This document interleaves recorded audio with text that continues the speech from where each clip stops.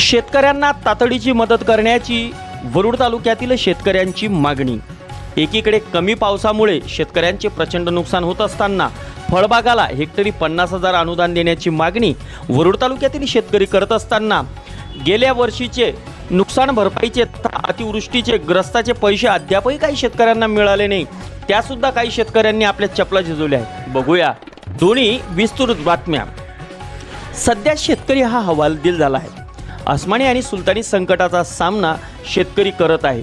शासनाकडून पीक विमा किंवा कृषीबद्दलच्या PM किसान सन्मान निधी अशा मोठ्या मोठ्या बाता करण्यात येतात, मात्र प्रत्यक्षात शेतकऱ्यांना लाभ होताना दिसून येत नाही।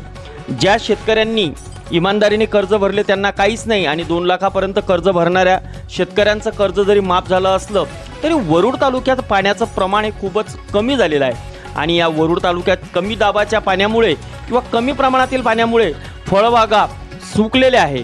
वरुड तालुक्यातील संपूर्ण परिसरात कमी पावसामुळे मुरुकबार, संत्रा, मोसंबी फळाची प्रचंड प्रमाणात गळण झालेली आहे। वाढता खर्चे, फवारणी, औषध आणि मजुरी शेतकरी आर्थिक संकटात सापडलेला आहे। यामुळे या शेतकऱ्यांना हेक्टरी 50,000 रुपयाचे अनुदान देण्यात यावे अशी मागणी शेतकरी करू लागले आहे। अमरावती जिल्हा वरुड तालुक्यामध्ये कमी पाऊस झाल्यामुळे मुरुकबार, संत्रा आणि मोसंबी फळांची प्रचंड प्रमाणात गळण झाली आहे। वाढता खर्च, खत, फवारणी, औषध, मजुरी शेतकरी संकटात सापडलेला आहे आणि ह्या संपूर्ण परिसरात कमी पाऊस झाल्यामुळे मुरुकबार, संत्रा फळांची अतोनात गळण झालेली आहे आणि शासनाने तात्काळ पंचनामे करून हेक्टरी 50,000 अनुदान शेतकऱ्यांना वरुड तालुक्यातल्या सर्व संत्रा, मोसंबी शेतकऱ्यांना देण्यात यावे ही शेतकऱ्यांची मागणी आहे।